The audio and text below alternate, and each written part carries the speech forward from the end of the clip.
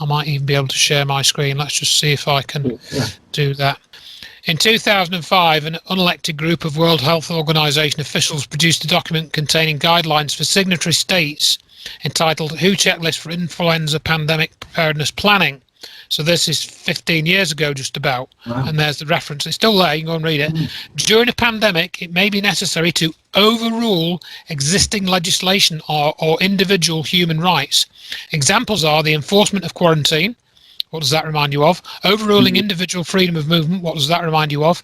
Use of privately owned buildings for hospitals, off-licence use of drugs, compulsory vaccination, implementation of emergency shifts in essential services. These decisions need a legal framework to ensure transparent assessment and justification of the measures that are being considered and to ensure coherence with international legislation, international health regulations. And so what's that? That's exactly what they've got in this bill that they put into Parliament. So that's when I realised that they were putting that into action. But if you look at this Tedros Adhanom guy, now he's you might have seen this already now. Anyone that hasn't, it's worth looking into this. He's the chief executive, and that's a funny word for a health organisation, isn't it? He does not have a medical degree. Tedros Adhanom is from Ethiopia, does not have a medical degree. He's got a degree in community health studies from the University of Nottingham.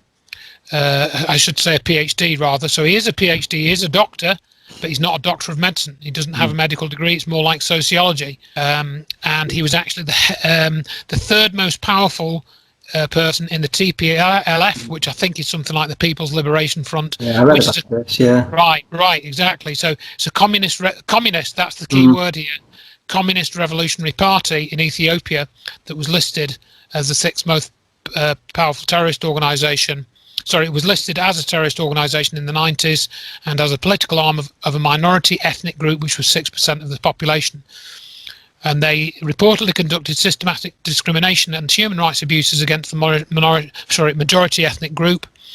And Adhanom also appointed, this is a key one, Robert Mugabe as a goodwill ambassador to the WHO.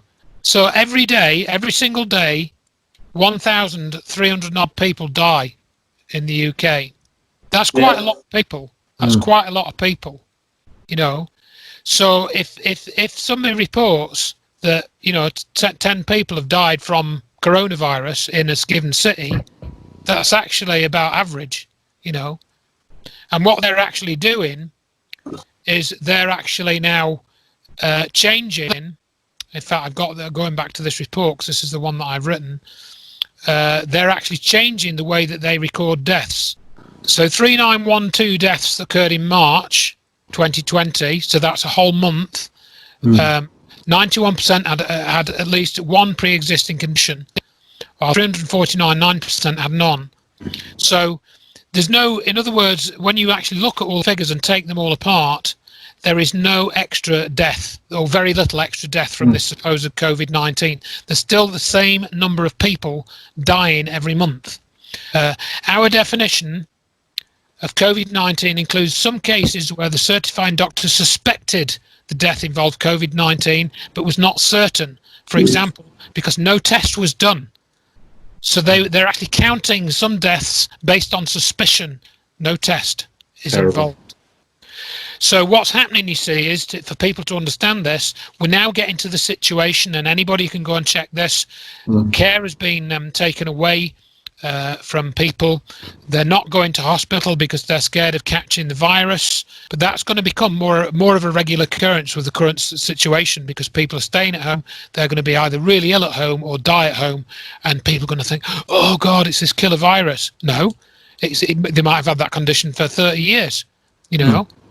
Cancer, whatever, and they're not going to go to hospital, they're not going to go to A&E, and they're going to die or become seriously ill at home, and they're going to be carried out.